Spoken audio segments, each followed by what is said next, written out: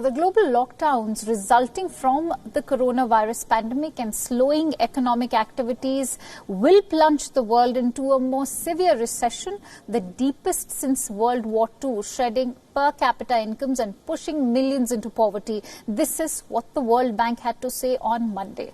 In its latest Global Economic Prospects report, the World Bank has said that the coronavirus will cause global economic output to contract by 5.2% in 2020. It also said while the advanced economies are expected to shrink by 7%, emerging market economies will contract by 2.5%, their first since aggregate data became available in 1960.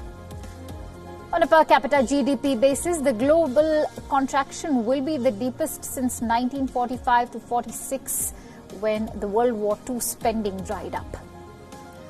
The World Bank report showed 2020 contractions of 6.1% for the United States and Japan, a 9.1% contraction for the Eurozone, 8% for Brazil, and 1% expected growth for China in 2020, the slowest growth since 1976.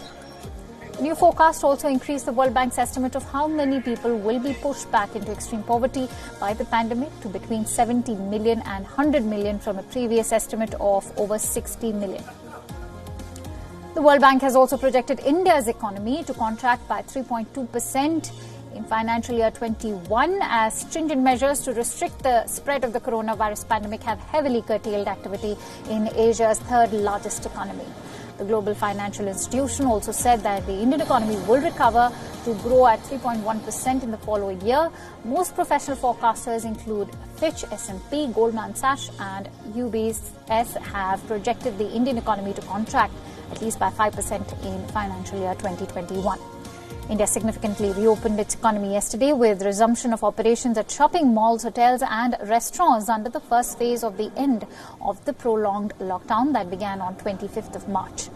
The World Bank also warned that its latest forecast would be revised downward if uncertainty over the pandemic and business lockdowns persists.